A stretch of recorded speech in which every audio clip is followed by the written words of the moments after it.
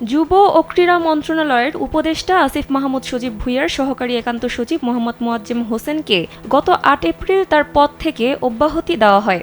সোমবার জনপ্রশাসন মন্ত্রণালয় থেকে এর প্রজ্ঞাপন জারি করা হয়েছে। এছাড়া স্বাস্থ্য উপদেষ্টা নূরজাহান বেগমের ব্যক্তিগত কর্মকর্তা মোহাম্মদ তুহিন ফারাবীকেও দায়িত্ব থেকে অব্যাহতি দেওয়া হয়েছে। এ বিষয়ে মঙ্গলবার ফেসবুকে একটি পোস্ট শেয়ার করেছেন যুক্তরাষ্ট্রের হাওয়ার্ড বিশ্ববিদ্যালয়ের সহকারী অধ্যাপক ডক্টর মির্জা গালিব। পোস্টে তিনি লিখেন, যুব ও ক্রীড়া মন্ত্রণালয়ের উপদেষ্টা আসিফ মাহমুদ আর স্বাস্থ্য উপদেষ্টা নূরজাহান বেগমের এপিএসদের দায়িত্ব থেকে অব্যাহতি দেওয়া হয়েছে।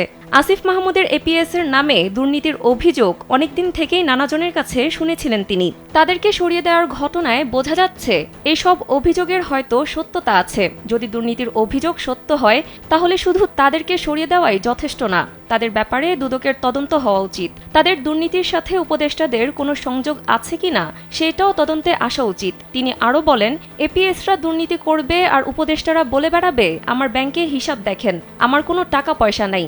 এটা তো আর নতুন বন্দোবস্ত হলো না।